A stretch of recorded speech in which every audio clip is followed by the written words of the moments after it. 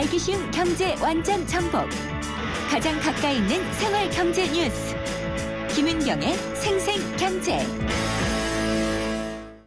차오가 같네. 차오가 같아. 2588 2588이 왜 차오가 같냐고요? 고객님 제발 한 번만 눌러서 확인해 주세요. 왼쪽 오른쪽 차오가 완전 같은 대리운전 번호죠? 응답하라 2588 응답하라 2588.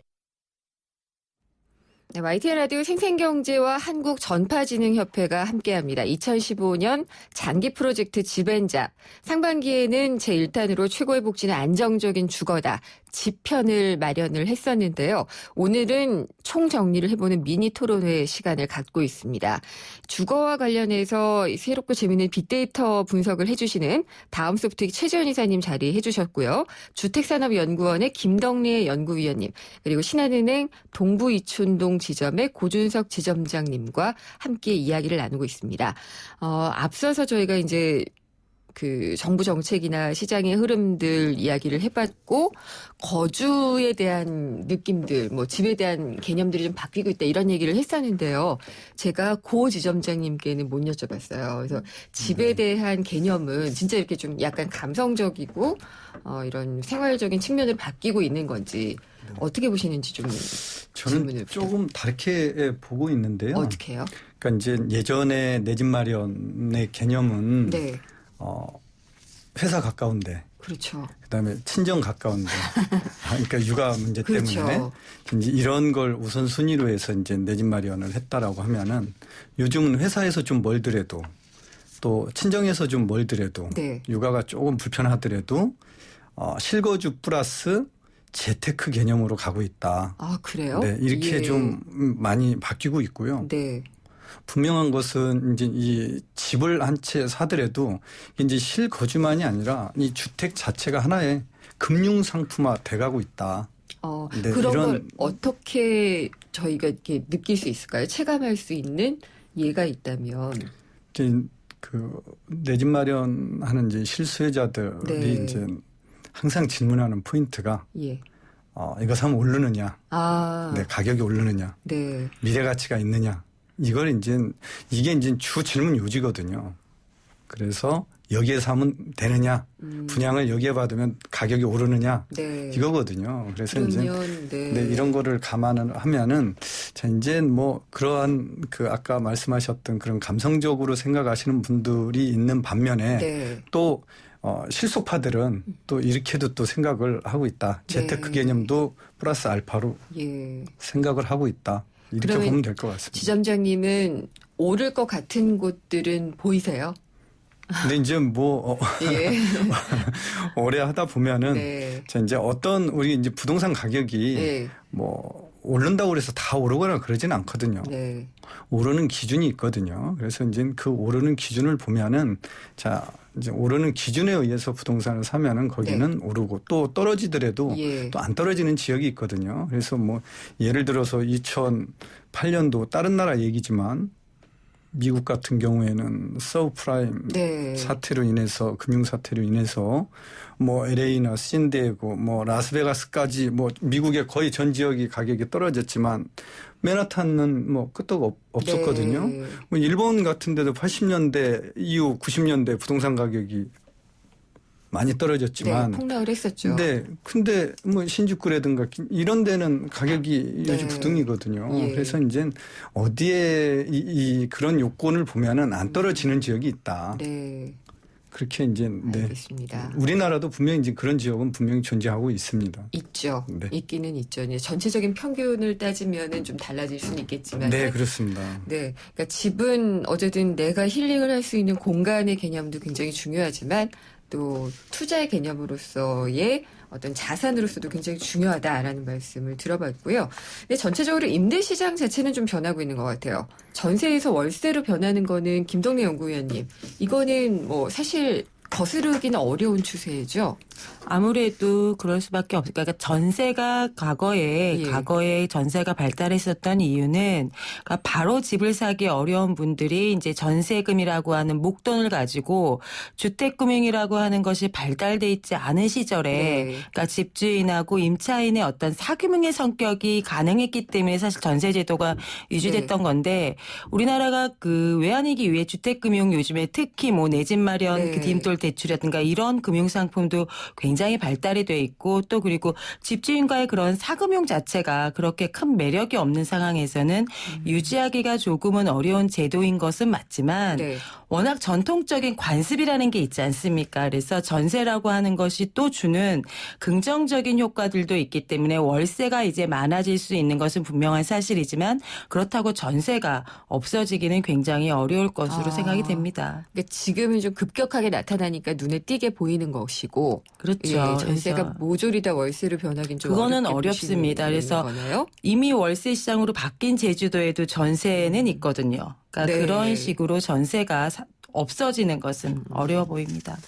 최재원 이사님, 그러면은 빅데이터를 통해서 한번 또 봐야지 될 것 같은데 전세, 월세 이게 수치상으로 드러나는 것들은 어떻게 추세가 나타나나요? 네, 전세나 이 월세 이 두 키워드는 없어질 수 없는 키워드거든요. 사실 뭐 때 되면 나올 수밖에 없는 그런 키워드이기 때문에 이제 언급량으로만 분석해 봤을 때는 2012년도에 잠깐 줄었다가 계속해서 이제 다시 늘어나는 그런 추세에 있어요. 그래서 근데 이제 문제는 아니지만 월세보다 전세에 대한 항상 언급량이 높아요.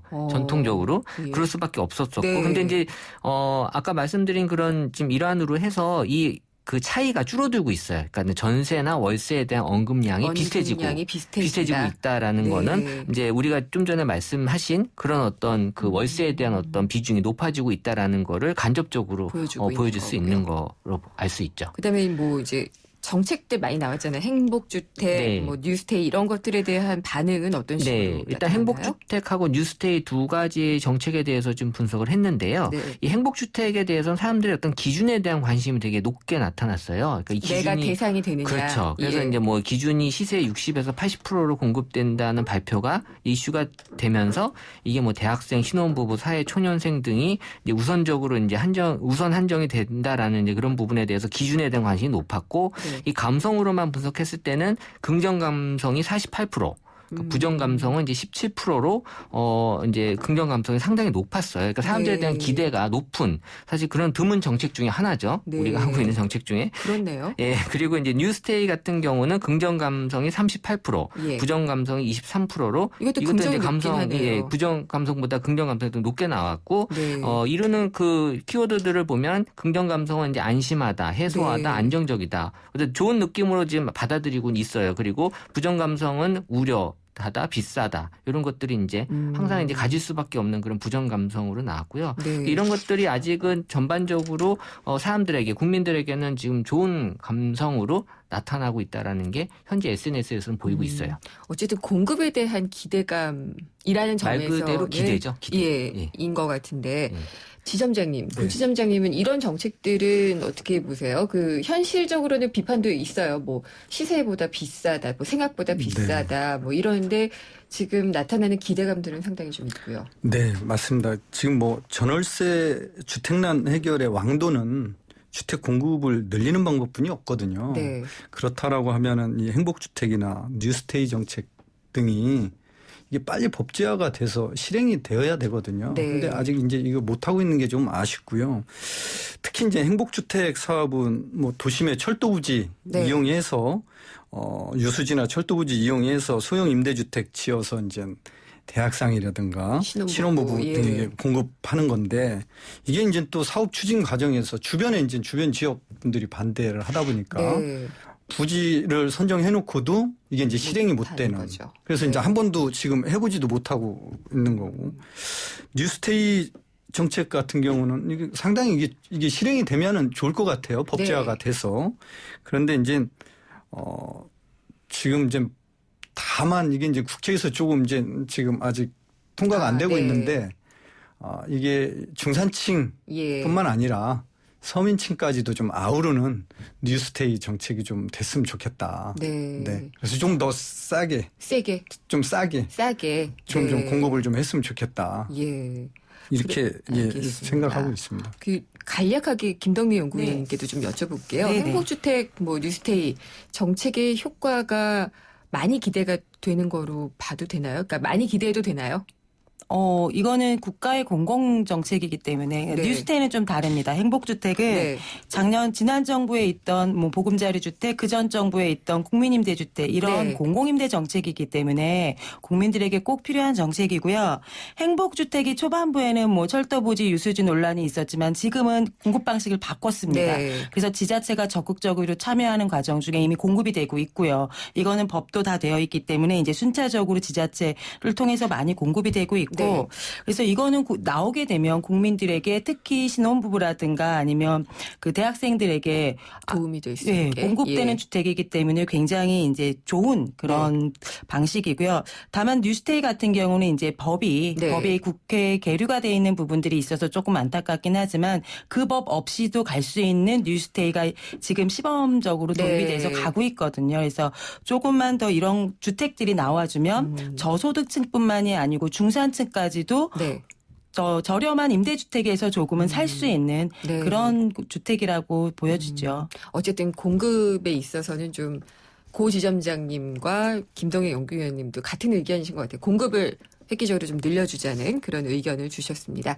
생생경제 3부 여기서 마무리하고요. 4부에서도 이야기를 이어가도록 하겠습니다. 2015 장기 프로젝트 집앤잡, 제1탄 최고의 복지는 안정적인 주거다. 미니 토론회를 4부에서도 이어가도록 하겠습니다. 사는 게 뭐라고 대단한 거라고 우리가 뭐라고 기쁨이 든다고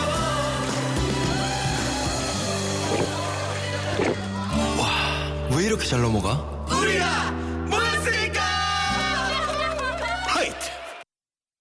네, 잠시 광고 듣고요. 생생경제 4부에서 집앤잡 금요 토론회 다시 이어나가겠습니다.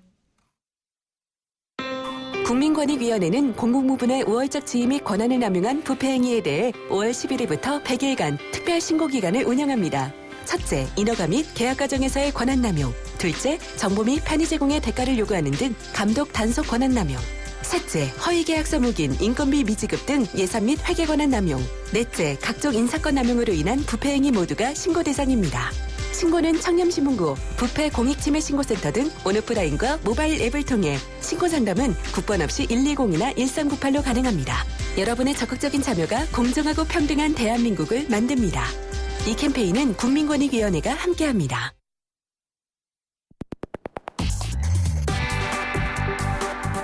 어려운 경제학은 가라. 귀에 쏙쏙 들어오는 김인경의 생생경제.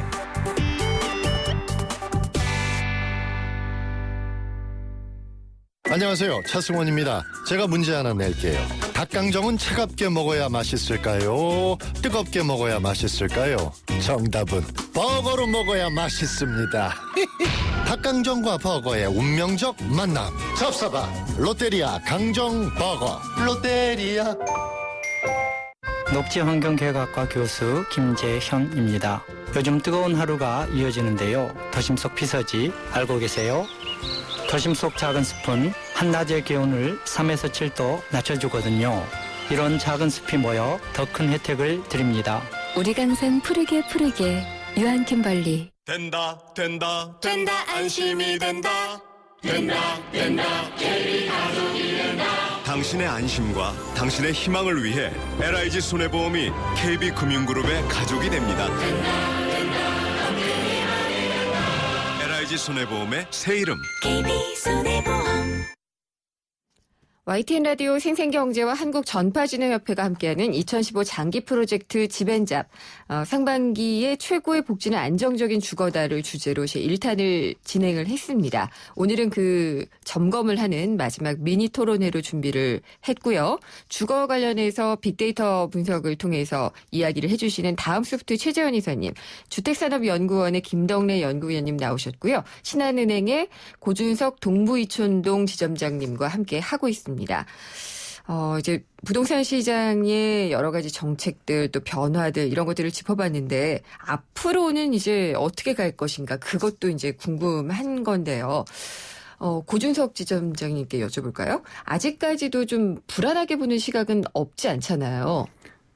네, 그렇죠. 네, 그래서 이게 뭐 굉장히 수억의 프리미엄이 붙은 위례 뭐 이런 데는 이거 거품 아니냐 뭐 이런 얘기도 좀 나오기도 하고 그런데 시장이 앞으로 어떻게 갈까요? 이 거품이 한번 꺼졌다가 갈지 그냥 호황이 이어질지 이런 것도 참 궁금하네요. 그러니까 이제 우리나라 이제 주택 수급을 조금 네. 봐야 될 것 같은데요. 이제 뭐 지금 대부분의 사람들은 우리나라 주택 공급이 많은 걸로 지금 인식을 하고 있습니다. 그런데 이제 OECD 기준으로 보면은 우리나라 주택 공급량은 OECD 국가들 평균 인구 1000명당 400에서 550가구 정도 되거든요. 근데 우리나라 주택 공급량을 OECD 기준으로 환산을 하면은 인구 1000명당 약 300가구에서 330가구 정도 나옵니다. 공공하고 민간하고 다 합쳐서요. 다 합쳐서. 예. 자, 그렇다라고 보면은 아직도 우리나라는 OECD 다른 국가들보다 주택수가 좀 부족하다라고 볼 수 있고요. 자, 이런 관점에서 보면은 앞으로도 여전히 저금리 기조가 유지되고 전월세난이 심화되고 자, 이런 상황에서 주택시장은 아무래도 공급이 조금 많이 되지 않는 한은 아무래도 활성화가 되고 그 가운데서 가격이 다소 상승하면서 가지 않을까 이렇게 예상을 하고 있습니다. 그렇군요. 이런 불안감이 혹시 그 소셜 공간에서도 나타나나요, 최재현 이사님? 네, 그렇죠. 네, 항상 이 부동산에 대해서는 이렇게 불만이 많이 있는 거고요. 네. 특히 이제 정부에 대한 불만이 일반적인 부동산에 대한 불만보다 더 높게 나타나고 있어요. 네, 긍정이 22%, 부정이 42%로, 그러니까 정부가 포함이 되어 있는 어떤 글을 갖고 분석을 했을 때고요. 정책에 대한 불신이나 혹은 뭐 그런 거네요. 그렇죠. 일반적인 부동산에 대한 어떤 감성을 표현했을 때는 긍정이 27%, 부정이 37%니까 정부가 포함이 됐을 때 이제 더 만족스럽지 않게 불만을 갖고 있고요. 사실 이거는 뭐 오래전부터 이 정부가 하고 있는 정책에 대한 어떤 불만들이 쌓여 있고요. 그래서 정부는 항상 정책을 발표하고 거기에 대한 문제점을 국민들은 대책을 세우고 있다라고 이제 사람들이 생각을 하고 있으니까 이런 것들이 항상 이 어떤 정책을 내놔도 이제 국민들은 약간 이제 부동산에 대한 정책만큼은 답이 없다라고 생각하는 것들이 많이 있는 걸로 봐져요. 그런 거 생각하면은 굉장히 거품이 꼈을 때도 부동산 투기를 잡겠다 그래도 안 잡혔고 그렇죠? 네. 지금은 올리겠다라고 하는데 글쎄 어느 정도는 좀 올라가고 있는 것 같기는 한데 김덕래 연구위원님께 그럼 여쭤볼게요. 지금 가장 그러면은 부동산 시장에서 불안한 부분이라고 얘기를 해야 될까요? 우려되는 부분은 뭐라고 봐야 될까요? 저는 분양 시장은 조금 위험하다라고 생각을 합니다. 그래서 주택을 이렇게 다 같이 뭉쳐서 생각을 하는 건 좀 어려울 것 같아요. 그래서 시장을 그냥 크게 세 개만으로 나눠서 기존 주택 매매가 거래가 되는 매매 시장. 그래서 주택 거래를 얘기하는 부분 따로 놓고 그리고 이제 전세 가구, 월세 가구가 있는 임차 시장. 그리고 또 하나는 신규 분양 주택이 공급되는 분양 시장입니다. 그래서 매매 거래가 조금씩 증가를 하고 있고 가격이 많이 오르고 있지는 않습니다. 조금씩 이제 그 마이너스 부분을 없애고 상승하고 있는 부분인데 분양 시장은 분양 물량 공급이 많은 것도 일시적으로 많은 것도 문제지만 청약 경쟁률이 몇백 대 1이 나오는 단지들이 속출하고 있습니다. 그만큼 수요가 몰리고 있다라는 얘기인데 그 지역에서의 분양권 거래는 조금 문제가 있는 것 같습니다. 왜곡된 거라고 보시는 건가요? 그러니까 계속 분양권 거래가 되면서 이제 프리미엄이 붙기 시작을 하는 거죠. 그게 한두 번의 거래는 어느 정도 이제 유지가 될 수 있지만 그게 너무 많이 반복돼 거래가 되게 되면 최종 그것들을 거래권을 가진 사람에게는 위험해질 수가 있고 그러다 보면 아무래도 그 지역에는 가수요, 투기 수요가 붙을 수밖에 없어서 분양 시장은 조금 주의할 필요가 있지 않나라는 생각이 듭니다. 네. 근데 이제 또 이 분양 시장 얘기하다가 갑자기 좀 뛰어오는 것 같기는 하지만 재건축 시장이 이제 재건축이 활발해지게 되면은 이게 또 전세난을 불러오기도 하고요. 한편으로는 또 매매 거래 증가를 가져오는 면도 있는데 이쪽 면에 대해서는 어떻게 보고 계신지 고 지점장님께 좀 여쭤보고 싶어요. 네, 그렇습니다. 이제 재건축 아파트에 대해서 이제 투자자들뿐만 아니라 실수요자들까지도 재건축 아파트는 투자 상품이다라고 인식하는 경향이 많고요. 그러니까 다들 관심을 갖고 있어요. 그렇죠. 이제 그렇게 생각하는 이유가 재건축 된다는 것은 그 주변에 인프라가 다 구축이 돼 있다는 거거든요. 신도시와 다르게. 그래서 재건축 이후에는 가격 상승, 미래 가치가 있다라고 확신들을 하는 거죠. 네, 그러니까 몰리게 되는 거고. 그래서 이제 거기에 투자자들뿐만 아니라 실수까지도 기웃거리고 있고 또 투자에 나서고 있는 거죠. 그러면 그 부분은 좀 우려되는 부분은 없나요? 우려되는 부분이 있죠. 우려되는 부분은 이제 그런 과정에서 무리하게 대출을 끼고 투자하는 경우, 이런 경우에는 이제 자기 소득에 이제 소득은 감안하지 않고 시장 분위기에 편승해서 투자하는 행위는 자칫 재건축 기간이 길어진다거나 또 재건축이 뭐 어떤 이유로 인해서 사업성이 좀 저하된다거나 그러면 투자 손실로 이어지겠죠. 그렇죠. 그래서 이런 경우에는 사실은 굉장히 조심해야 된다라고 보고 있습니다. 최재현 이사님, 이 부동산 하면은 이제 구입을 하는 것이 결국은 궁극적인 목적인 경우가 많은데. 그렇죠. 뭘 많이 보나요, 사람들은? 당연한 얘기지만 이제 가격이 제일 이제 중요하다고. 가격. 보지만 사실 가격은 빼고 얘기하는 게 맞을 것 같아요. 사실 너무 중요하니까. 그렇죠. 그래서 이제 그 다음으로는 이제 동네 분위기로 사람들은 표현하는데. 아, 그래요? 그게 이제 3위인 그 자녀 교육하고도 저는 연관이 있다고 봐요. 맹자 엄마가 이사가는 그렇죠. 것처럼. 그래서 저는 이제 2위, 3위는 같은 맥락에서 이제 교육이 가장 좀 중요한 조건으로 이제 보고 있는 것 같고, 그 다음에 재밌었던 게 사람들이 어떤 집의 크기에 대해서 얘기들을 많이 하더라고요. 이거는 요즘엔 중소형이 더 인기라고 하는데. 그래서 예전에는 집이 무조건 크다라는 거에 대해서 좋은 어떤 감성을 갖고 있었는데, 지금은 무조건 큰 게 좋은 게 아니다라고 생각을 하고 있어요.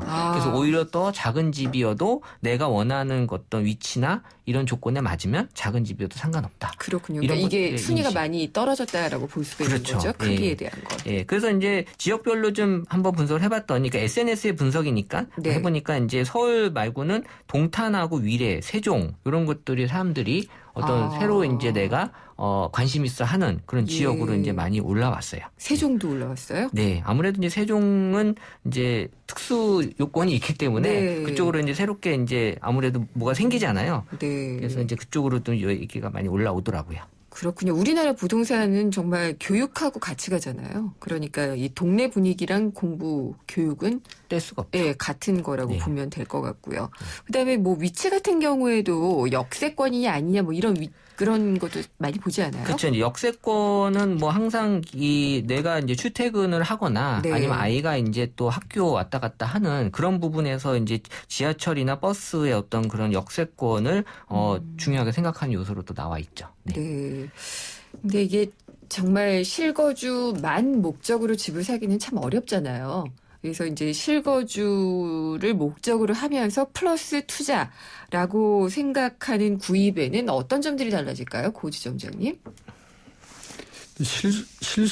실수요를 감안 안 한다라고 하면은 사실 이제 가격이 오르는 거 재테크 측면에서 접근을 해야 되는데, 그러면은 이제 우리가 크게 4가지를 이제 꼽아야 되겠죠.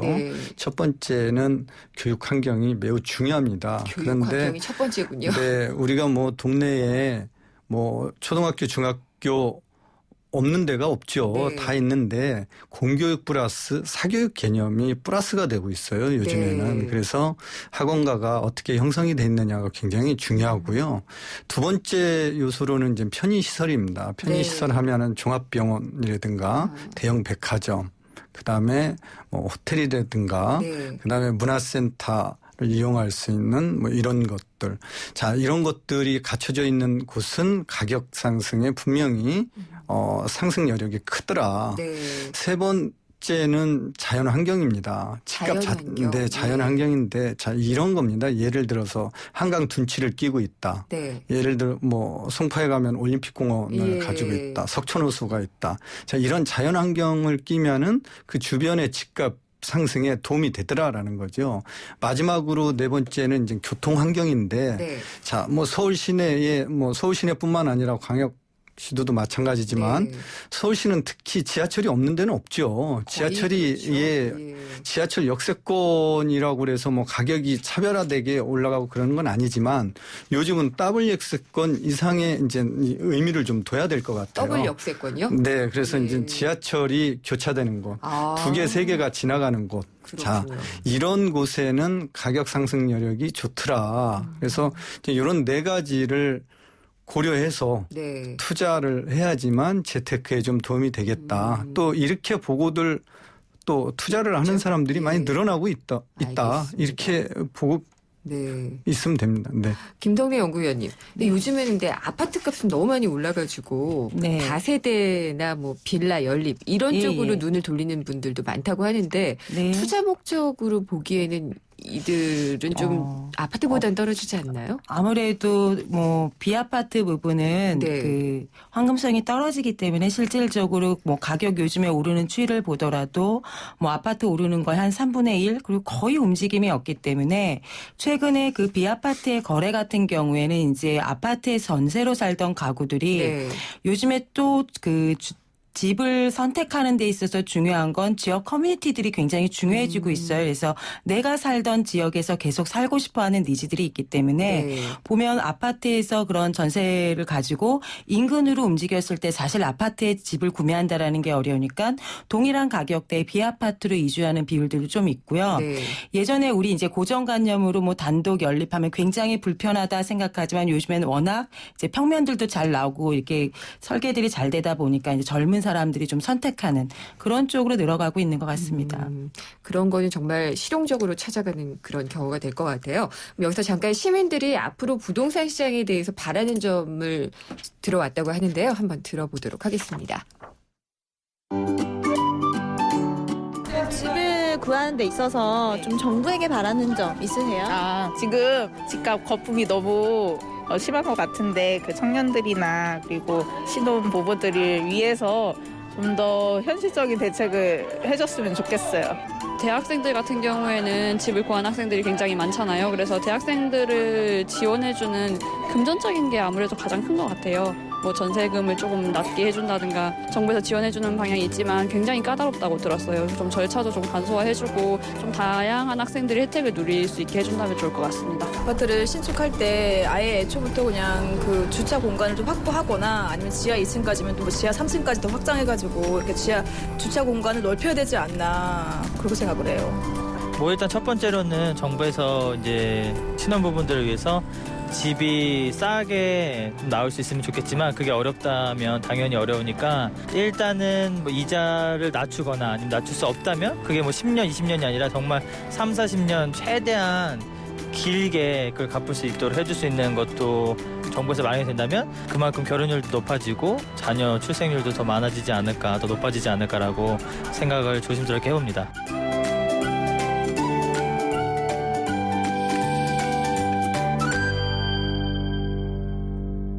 저희가 모든 바람을 다 들을 수는 없었겠지만은 하여튼 부동산과 관련해서 시민들이 원하는 점들을 좀 들어봤습니다.